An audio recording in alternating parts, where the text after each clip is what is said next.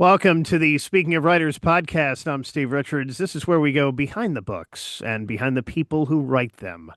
It is Super Bowl week. If you're a football fan, you don't just remember games, you remember voices, the soundtrack of autumn, the calls that made moments legendary. And for more than 20 years, no voices were more iconic than John Madden and Pat Summerall.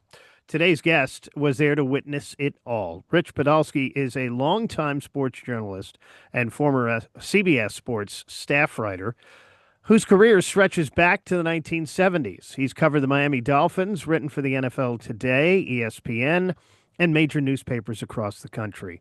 And he's earned a prestigious Keystone Press Award for writing excellence. His new book, Madden Summerall, tells the inside story of how two completely different men, one a quiet, accidental broadcaster, the other a larger-than-life Super Bowl winning coach, came together to form the greatest broadcast team in NFL history. Rich worked alongside both of them at CBS, and his book is filled with never-before-told stories from friends, family members, and colleagues, some fun, some revealing, and some controversial. Rich Podolsky, welcome to the Speaking of Writers podcast. Glad to be with you, Steve. It's great to have you here. This is such a fantastic book. You didn't just research this story, you lived it. Take us back I to lived it. Yes, I really did. did. You take us back to those early days at CBS Sports. How did you first meet John and Pat? I first met John when I was at the Palm Beach Post covering the Miami Dolphins, and the Dolphins would play the Raiders in playoff games, even though they weren't usually on the regular schedule. They played for the AFC Championship. They played each other twice in a row, and I tried to get a an interview with John 2 days or 3 days before the game. And fortunately, he agreed to talk to me, even though I wasn't the Miami Herald. I was the Palm Beach Post up the road. And he spoke to me for about 30 to 40 minutes, and it wasn't just about football. I mean, the guy was so fascinating and interesting and funny, and I felt like I had made a new friend in the interview.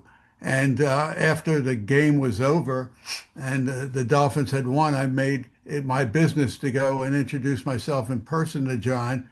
And we started a friendship right there. A few years later, I dipped my toe in the television. I was working for a show called The Superstars on ABC on Sundays. And at the end of the season, they had a season ender called Super Teams, where they invited 10 players from the two Super Bowl winning teams and 10 players each from the two World Series teams to fly on a private jet to Hawaii and do a week's worth of fun events and competition. John Madden was on that flight. I was on that flight doing PR for the show. And John and I sat next to each other in the front. And we wound up talking every night on the front porch of the hotel that we were staying. I think it was the Hilton Rainbow Inn or something like that. And all he wanted to know was Don Shula's secrets. Yeah, that's And we had a great week together. And lo and behold, a few years later, I was at CBS Sports, and CBS Sports hired John, and I was about the only one John knew when he got to New York. yeah, that's when John Madden was still flying. When you Yeah. started writing this book, did you already realize you were sitting on something special, or did the scope of their impact grow as you dug deeper here? Steve, 4 years prior, I wrote a book called You Are Looking Live, which was about the 50-year history of the NFL today and how four unknowns became national stars: Phyllis George and Brent Musburger and Jimmy the Greek and Irv Cross. And I wrote for that show. And the reason I wrote that book was after Phyllis had passed away, I had realized how much of an impact that show had. It was the first of its kind in so many ways. And its first year on the air won 13 Emmy Awards. Sitting around a few years later, and a friend of mine said she wanted to write a blog on. She had worked with CBS and Fox.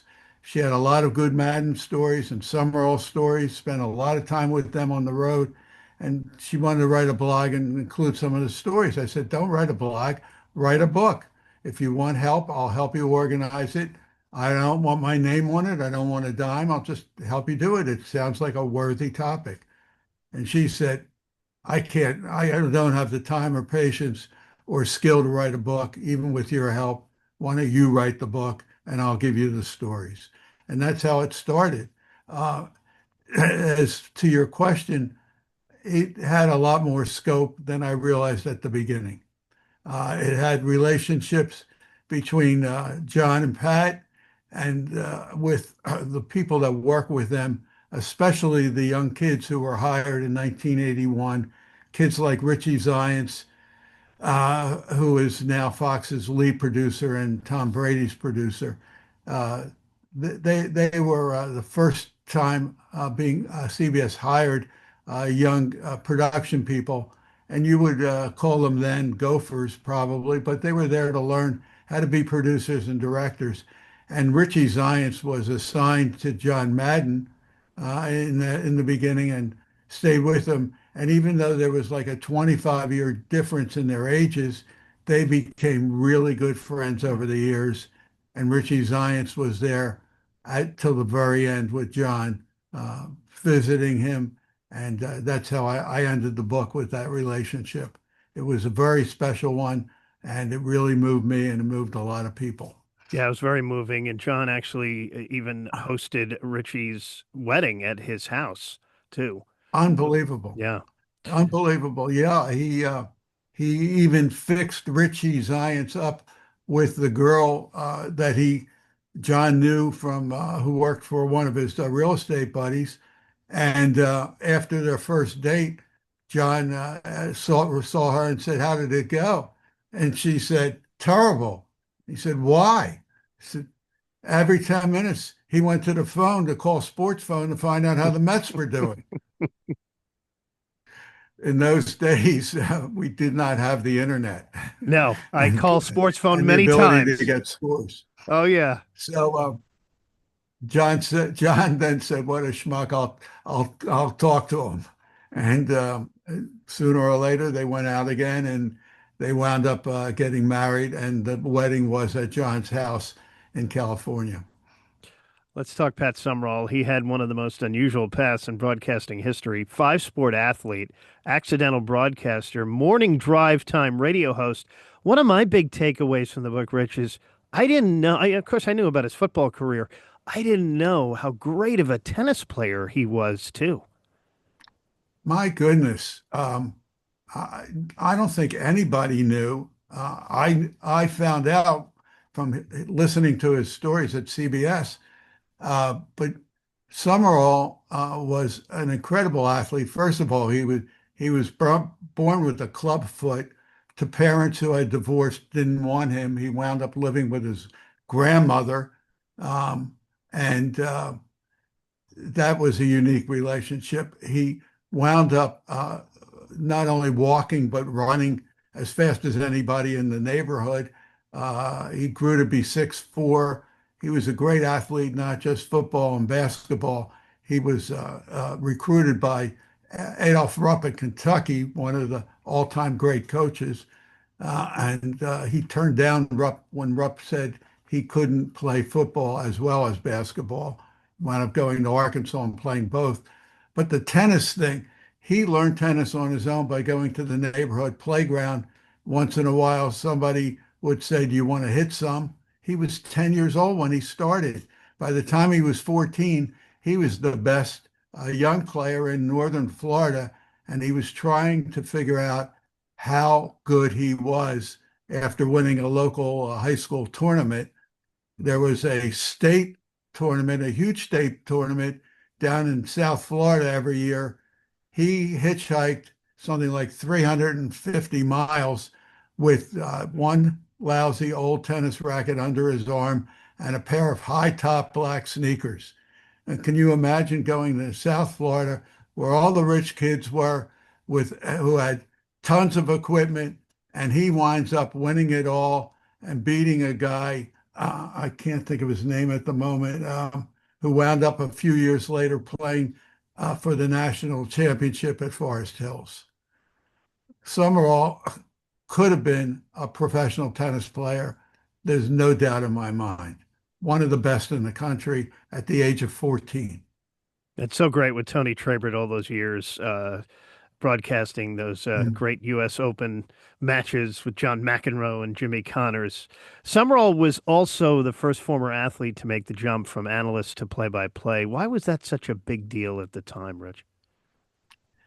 Nobody had done it really. All the play-by-play guys were, straight men, and for example, Ray Scott, just great radio guy, who was a minimalist, who he would call a Green Bay touchdown star to Dowler touchdown, and that was it. Yeah. Art Starr to Boyd Dowler and the Packers touchdown, and Summerall was an analyst working with Ray Scott for 6.5 years, and he picked up that minimalist attitude. But what happened here was a new president of CBS Sports came in 1974, Bob Wessler, who was the guy who brought the NFL Today as a live pregame show to TV. Wessler calls Summerall one Monday and said, you're the number one team now with Jack Buck, and I really think you guys are good, but I have to separate you. And Summerall asked him, why? He said, well, you sound too much alike. I can't tell who's talking. So who else do you want to work with? And Summerall said, well, if you're set on doing that, I'd like to take a shot at play-by-play. And he said, okay, that's something I would go for. Who do you have in mind working with? He said, well, there's this guy in Philly named Brookshire, Tom Brookshire. I do the weekends for NFL Films with him. This Week in the NFL, I think it was called. It was a weekend show. And they were like two guys sitting at the bar talking about the games. And people really enjoyed them. Wessler said okay to that. 3 days later, they worked the first game. And before the year was over, they were the number one team. And they worked three Super Bowls together, 75 season, 77, and 79. The 79 season game was played in January of 1980. And Summerall and Brookshire had gotten really good reviews for the first two Super Bowls, but they had become not just play-by-play and analyst buddies, they became drinking buddies. Yeah. They drank from the minute they got on the road to the minute they got home. And there were a lot of stories about raucuses that they were involved in bars and restaurants, especially Brookshire playing in situations that instigated.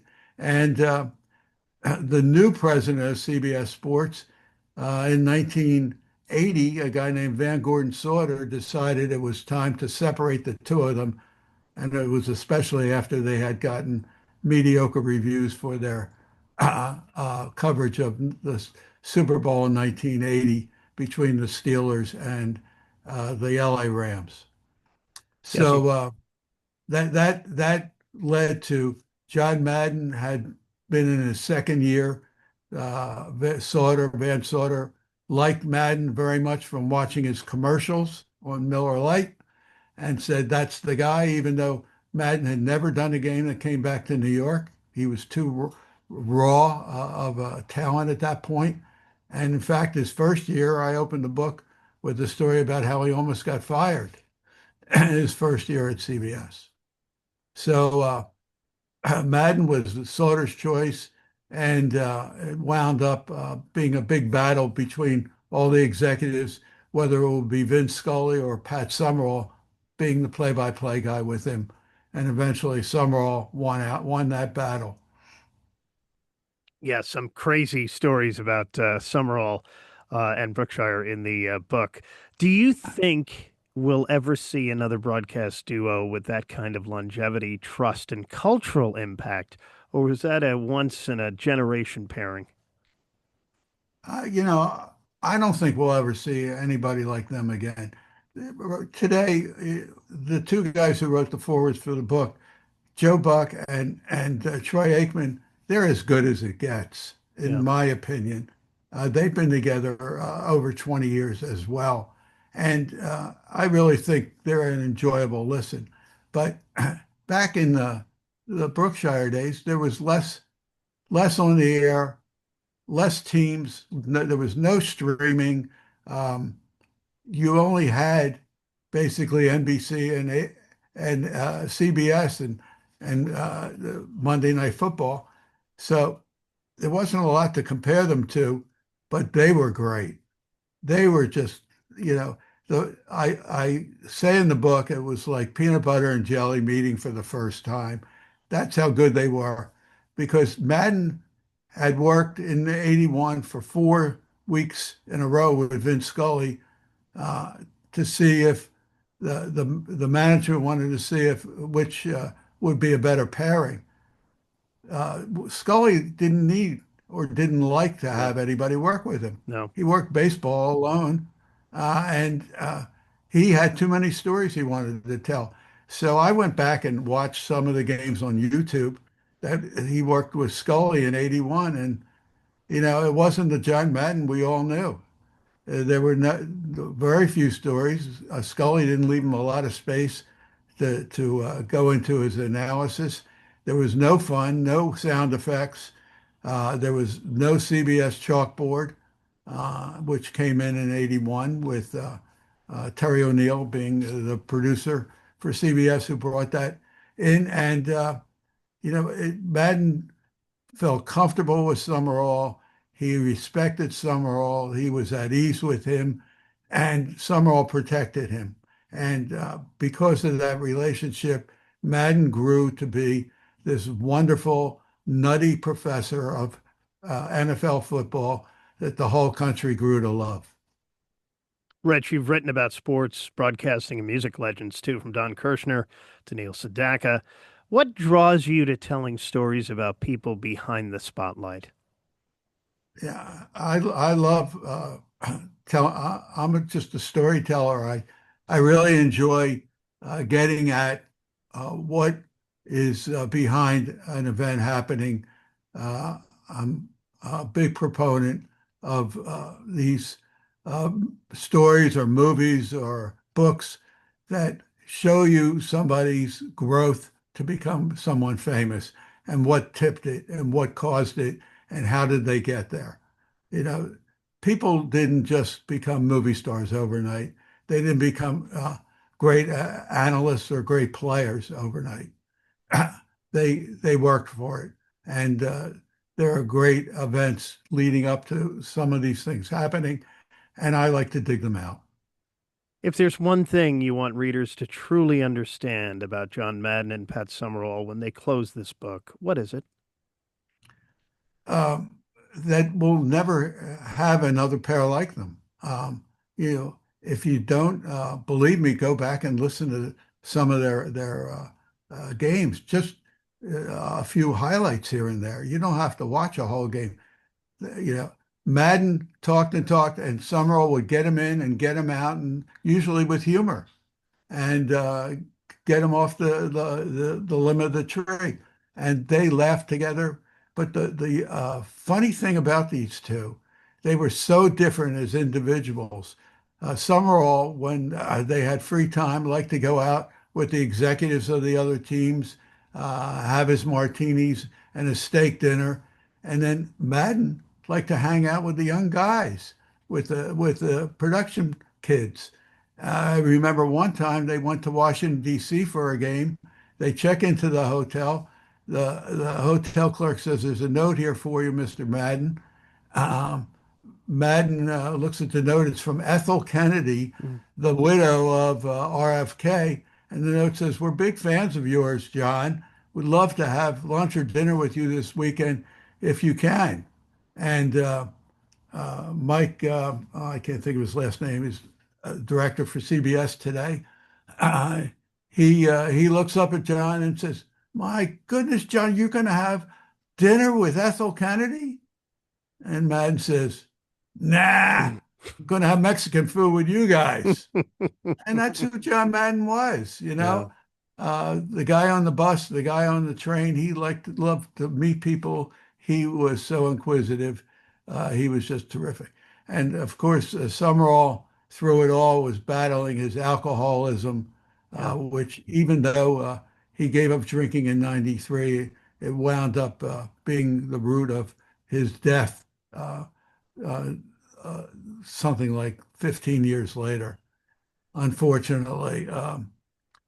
Just a damn shame he went to Betty Ford, and he did everything he could to shake it, and he wound up broadcasting for another 12 or 15 years, and Madden went further than that before he decided to quit. And there's also a great story on how Madden got in the Hall of Fame at the end of the book. Yes. So Yeah. I think there's a lot to enjoy. We haven't even tipped the iceberg on some of the stories people will, I think, will enjoy. Yeah. There are a Anything ton of them. else you want to cover, Steve? Well, what is next for you in your writing?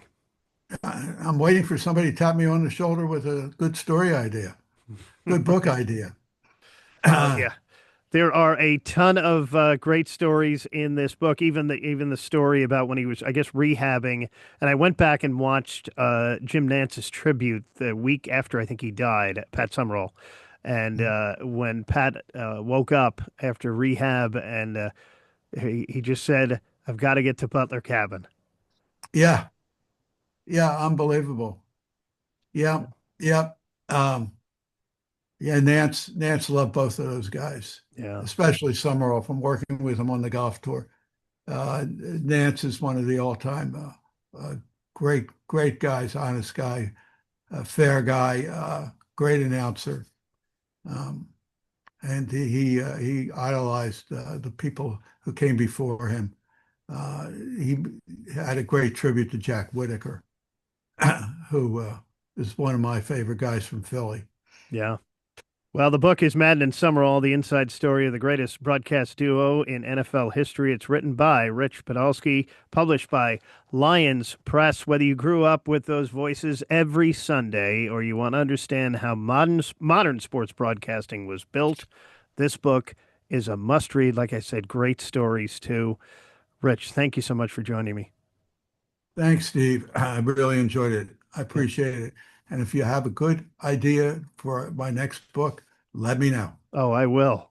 And this is the Speaking of Writers podcast. Thank you for watching. Like it, share it, subscribe to it, write a review. I'm Steve Richards. I will talk to you again next time.